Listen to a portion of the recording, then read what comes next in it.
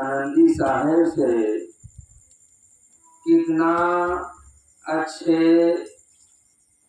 भजन अर्जी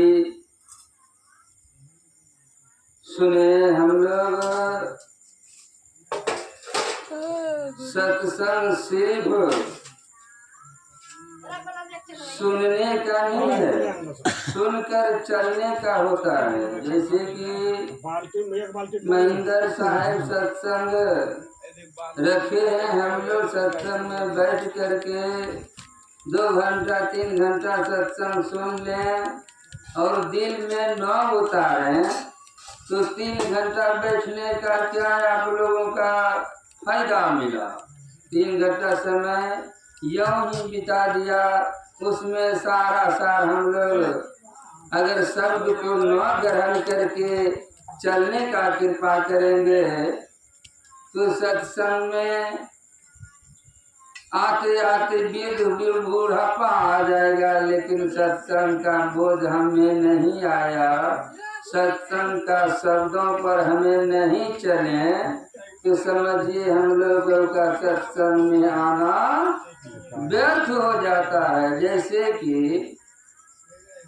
संत महात्मा प्रवचन कर रहे थे, हरे राम बाबा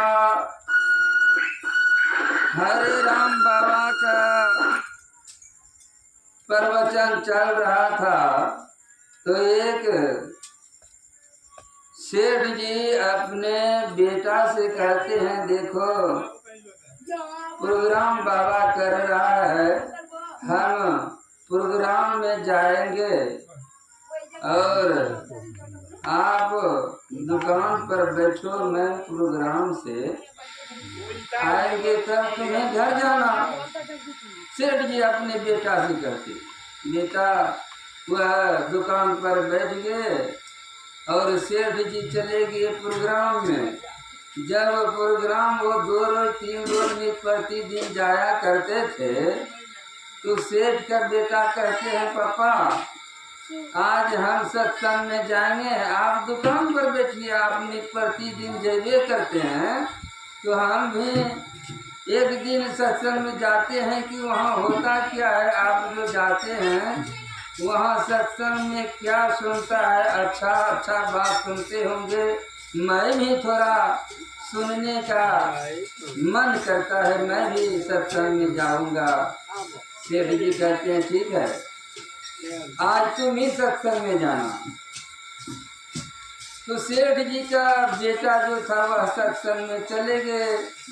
वो जैसे कि नवयुवक है, नवयुवक को गुरु की बात या किसी मास्टर की बात, किसी उपदेशक को बात जल्दी दिमाग में सेट हो जाता है, नवयुवक को दिमाग में जल्दी सेट हो जाता है, उस आधार से वह करना चाहता है। दिमाग से देखिए उनका कितना चंचल रहता है कि सभी कंप्यूटर उसका तेज नहीं है। इसमें कंप्यूटर जो है भेजा में कंप्यूटर नवयुवक का बहुत तेज होता है, नया बैटरी है नया, इसमें जो है जो भी कंप्यूटर हुआ नया है। तो वह सेठ जी का बेटा जब दुकान वहाँ गए सत्संग में तो सत्संग में बाबा हरे राम बाबा प्रोग्राम कर रहे थे। देखो जितना इस संसार में जीव है सब जीवों में परमात्मा वास है, सब जीवों में वह परमात्मा वास है जिसको परम पिता परमेश्वर हम लोग मानते हैं। वह परम पिता परमेश्वर जितना चराचर जीवों में सभी में वह परमात्मा निवास है। वह चराचर जीव जितने चलते फिरते हैं सब में परमात्मा वास है, सभी में परमात्मा है। वह सेठ का बेटा समझ गया कि जितने भी चराचर जीव चलने फिरने वाला है सब में जीव वह परमात्मा की अंश है, सब में परमात्मा की अंश है। सेठ जी का बेटा तो आरती उड़ती लगा, प्रसाद लेकर के चले गए। लेकिन वह सेठ जी का बेटा का कंप्यूटर बहुत तेज था, उसने दिमाग में वह बैठ गया कि सब जीवों में परमात्मा है। अगर किसी जीवों को अगर हम लोग क्षति करते हैं, मारते हैं या ग्रहण करते हैं तो उन पर भी परमात्मा, साहेब जी बोले थे कि परमात्मा सब जीवों पर है। तो दूसरा दिन बेटा अपने दुकान पर रहा और सेठ जी गया वहां सत्संग में सुनने के लिए, क्योंकि देखिए सेठ जी क्या यह दुकान पर कहीं भी देखिएगा तो महात्मा का, जैसे महर्षि बाबा रहे, सदगुरु कबीर साहब रहे, या किसी महात्मा का फोटो लगा के रखते हैं ताकि गहकी कहेगा कि यह दुकानदार बहुत ईमानदार है।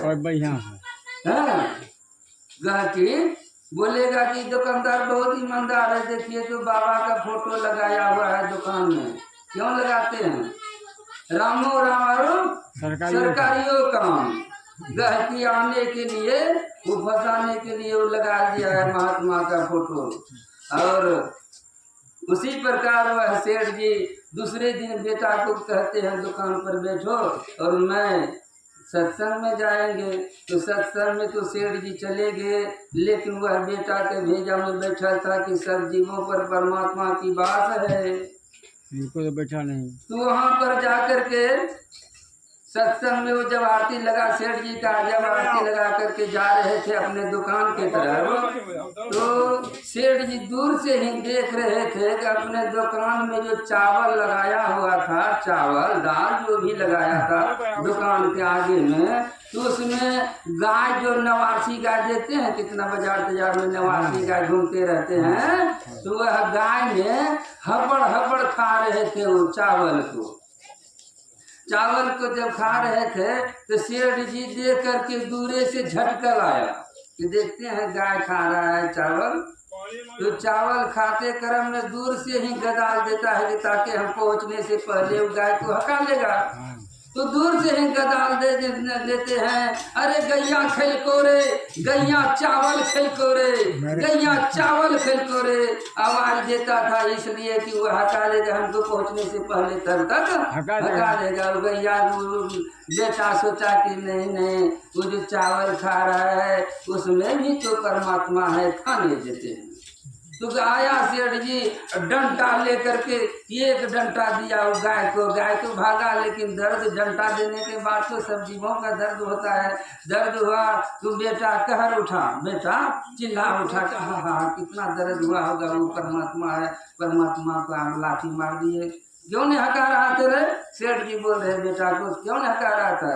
नहीं बाबा पापा, वो तो उसमें भी तो परमात्मा का वास है। आप रोज दिन सत्संग में जाते हैं, क्या सुने हैं? हम सुने एक दिन गए थे तो सुने थे कि सब जीवों पर परमात्मा की वास है, और वह चावल जो खा रहे थे तो उसमें भी तो परमात्मा है।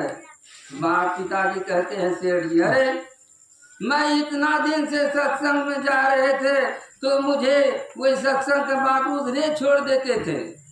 सत्संग के बाद सत्संग में जाना तो सिर्फ हम लोगों का दिखावा था कि सत्संगी है, जाते हैं सत्संग में करने के लिए, अपना धंधा में बट्टा डालेगा तुम, ऐसे करो तुम, ठीक है कल से सत्संग में जाना और गमछा झाड़ के बिछा के बैठ जाना, और जब आने लगेगा तुम तो गमछा झाड़ देना वहीं पर। गमछा झाड़ भजन हम लोग सुनते हैं, यहाँ पर सत्संग सुन लिए और जाने के समय वही गमछा झाड़ कर चले दिए, वो अपना अपना कामों काज में लग गया और सत्संग के बाद वही रह गया। ऐसा कर्म करने से मेरा बुढ़ापा बीत जाएगा और सत्संग का बोध नहीं होगा तो जीव का कल्याण नहीं होगा। यह सत्संग जीव के तरन तारण के लिए रखते हैं, संत महात्मा युक्ति बतलाते हैं ताकि जीव यह भवसागर से पार हो जाए, जीव भवसागर से पार हो जाए। उनकी युक्ति संत महात्मा गुरुदेव के चरणों में, मुखार में, कन कन में है उनका युक्ति। प्रेम से बोलिए सद्गुरुदेव की जय।